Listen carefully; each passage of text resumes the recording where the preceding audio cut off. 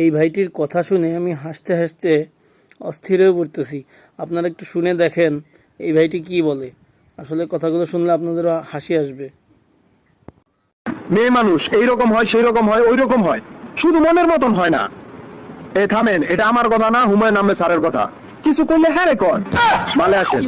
মেয়ে মানুষ উঠতি বয়সে নিজের বয়ফ্রেন্ডের সাথে ঝগড়া করে, নিজের না থাকলে বান্ধবীর বয়ফ্রেন্ডের সাথে ঝগড়া করে। এরা এই কারণে ঝগড়া করে, অকারণে ঝগড়া করে। প্রেমিক অবস্থায় থাকায় ঝগড়া করে, বউ হইলে করে, আবার শাশুড়ি হইলে ঝগড়া করে, আবার কোনো কারণে ঝগড়া করে হাইরা গেছে, কি কারণে হারছে এটা নিয়ে আবার ঝগড়া করে। মেয়েরা খুব সহজে অভিমান করে, এদের দিকে কেউ তাকাইলে অভিমান করে, আবার কেউ না তাকাইলে অভিমান করে। এরা শাড়িতে অভিমান করে, কোথায় যাওয়ার সময় গাড়িতে অভিমান করে, আবার পুরুষের দাড়িতে অভিমান করে। এরা নিজের স্বামীর ব্যর্থ দেখে অভিমান করে, আবার অন্যের স্বামীর সফল দেখে অভিমান করে।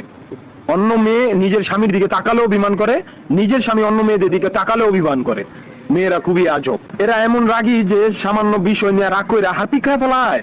হ্যাঁ, অসুস্থ হইয়া পড়ে থাকবো, কিন্তু ওষুধ খাইতে গেলে নানান তাল বাহানা। মাঝে মাঝে মনে হয় কি যে মেয়েদের মন জয় করার চাইতে এভারেজ জয় করা সহজ।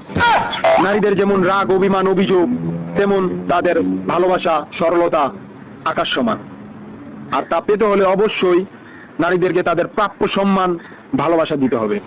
কারণ দিন শেষে নারীতেই মায়ের মমতা, বোনের স্নেহ, ভালোবাসা, প্রিয় মানুষের আদর, সোহাগ, মানসিক শান্তি।